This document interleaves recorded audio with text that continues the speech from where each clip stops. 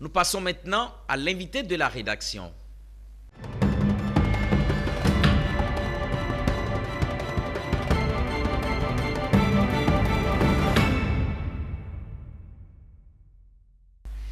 L'invité de la rédaction est Serge Nedro. Il est économiste, chef d'entreprise et spécialiste en intelligence économique. Merci d'être venu. Merci beaucoup, monsieur.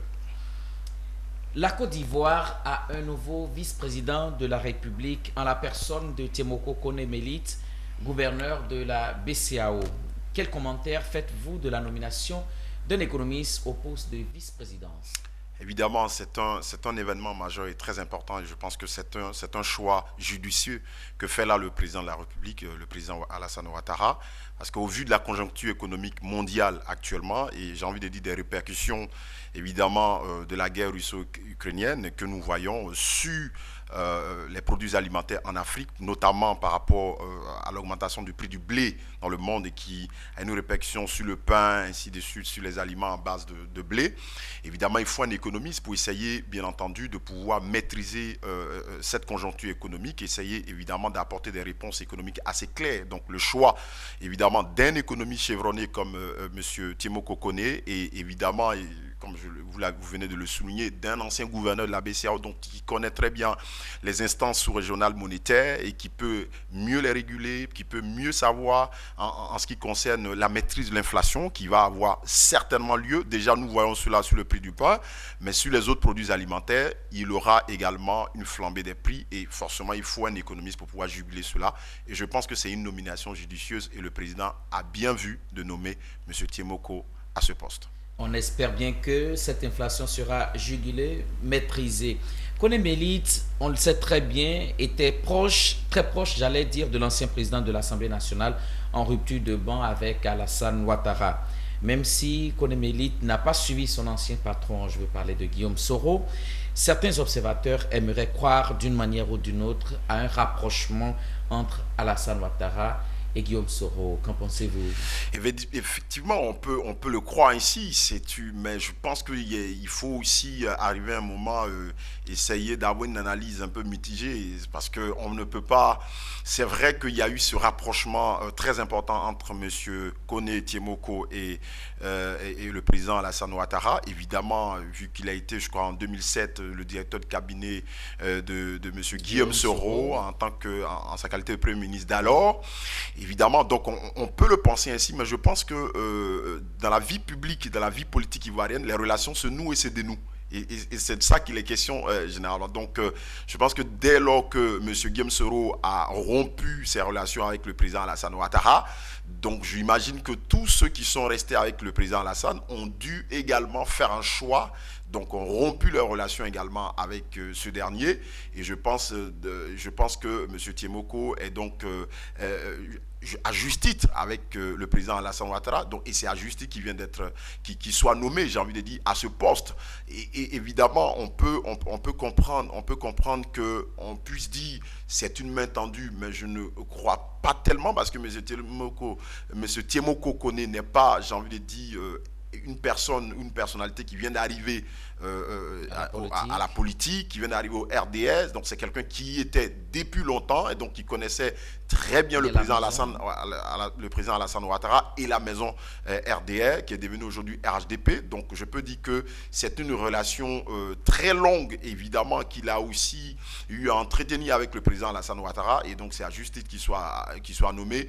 Et je pense que si il doit avoir rapprochement, ça peut être également par M.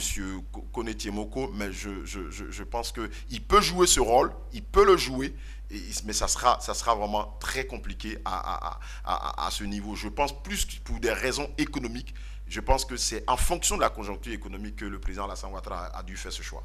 Kone-Mélite, vice-président de Côte d'Ivoire, qu'est-ce qui change fondamentalement? Beaucoup de choses, évidemment.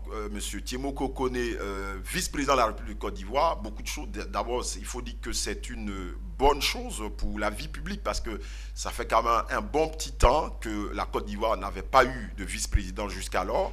Donc la nomination d'un vice-président vient en fait mettre un peu plus ou moins les institutions de la République dans les normes constitutionnelles comme ça devait l'être. Évidemment, donc c'est un signal très fort à la vie politique et publique qu'envoie le président de la République, du fait de ce qu'il est prêt pour pouvoir respecter les institutions et les tests que la nation s'est donné.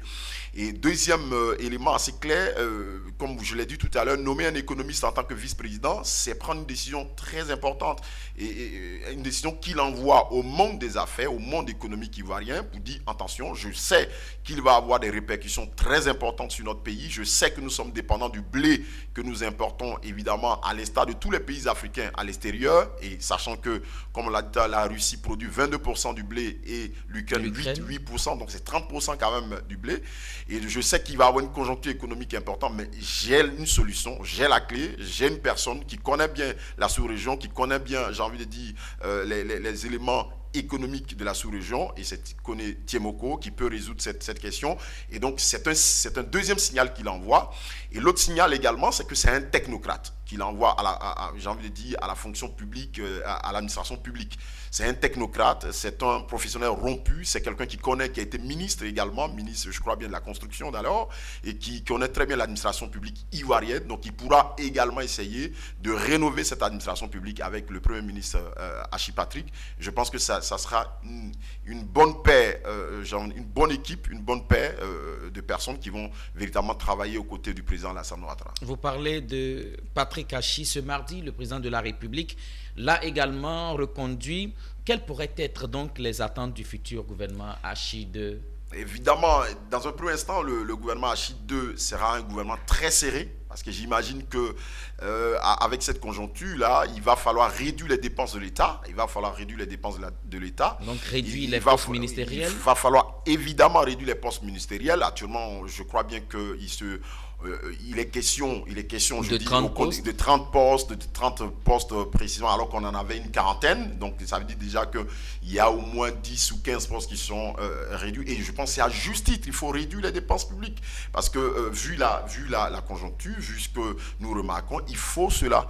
Et deuxièmement, le gouvernement Hachi 2 se devra d'être un gouvernement de réponse en fait aux réalités des Ivoiriens. C'est-à-dire un gouvernement qui est tout près et tout proche, j'ai envie de dire, des Ivoiriens, et qui peut donner des réponses concrètes et véritables, j'ai envie de dire, aux problématiques qui sont posées. Que ce soit des problématiques de société, évidemment, et que ce soit des problématiques économiques, nous l'avons, et que ce soit également des problématiques culturelles. On le voit un peu partout, même sur le plan culturel. On voit actuellement, il y a l'élection qui va se faire au président, à la FIF. C'est vrai que ce n'est pas une question publique, oui, mais c'est une question qui peut avoir des répercussions sur la vie publique. Et il y a des questions économiques aujourd'hui. On sent véritablement que le pays veut aller de l'avant, mais il y a cette précarité qui est toujours là. Et donc, les populations attendent évidemment de ce gouvernement Hachi 2 des réponses concrètes, par exemple le financement d'un certain nombre, j'ai envie de dire, de choix économiques à faire, le financement d'un certain nombre d'investissements. C'est vrai qu'il y a eu beaucoup d'investissements dans ces temps-ci par ce gouvernement, par le gouvernement précédent évidemment, et par ce gouvernement qui a continué sur le plan des équipements routiers, sur le plan, j'ai envie de dire, des infrastructures économiques d'une manière globale. Mais aujourd'hui, il faut maintenant des réponses structurelles assez claires, précises, qui puissent apporter des solutions à la population ivoirienne.